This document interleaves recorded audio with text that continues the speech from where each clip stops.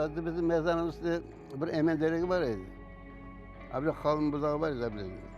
Onun üstüne reis koydular 2 metre. Saat 4'te varıp anda çok adam korkaydı varmaya. O interesine 2 metre, 2,5 metre o duklarını söyler. Kun sıcak, yer yok. Abdest sallanır.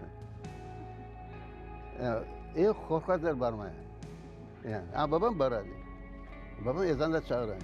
Ondan sonra iPad'lerde hasarları var ya bir vakti.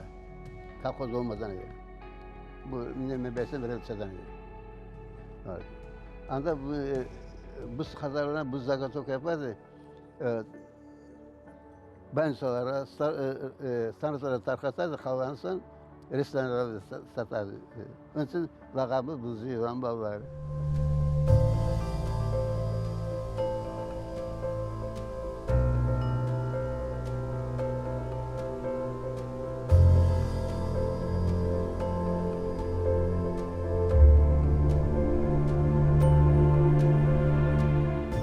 Ben kaçıp vardım evge. Duvar kine otura, albüm tura. Üstünde sündür kıyarlık otura. İçinde altın sıvralar var. Altın yüzükler var. Babam Nikolay derine kaldı satın alıp geldim. Aldım. Ben sakladım tura. Hemen çenlikten böyle bir çenlik bakla aldım. Sonra sıçonlu kartop var idi yayılan. Benzin kokusu var idi. Bunlar yeşil var topladım.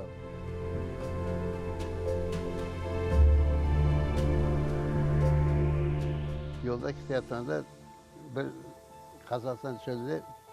Saat 5'te toxtadı salon. Bir xartana bizim vagondan düştü. Su tökmeye. Vagon tökülüp kıpırdadı vagon. Ortadan abi gitti. Vagon desin karanca nasıl yürüyor da abi bitiyor vagonlar. Vay straşno. Körmeklerimizi çıkarıp abi kalkıpsa patırtıp düşeydi. Ben ne yapardım? Toxtadı ama çapıp o parovoz suala da abi nesi var, teli var. Çart rubabına ver yunadın, çap çıkartı vagon var.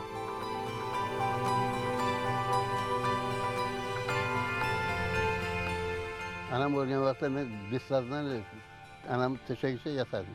Anamla beraber.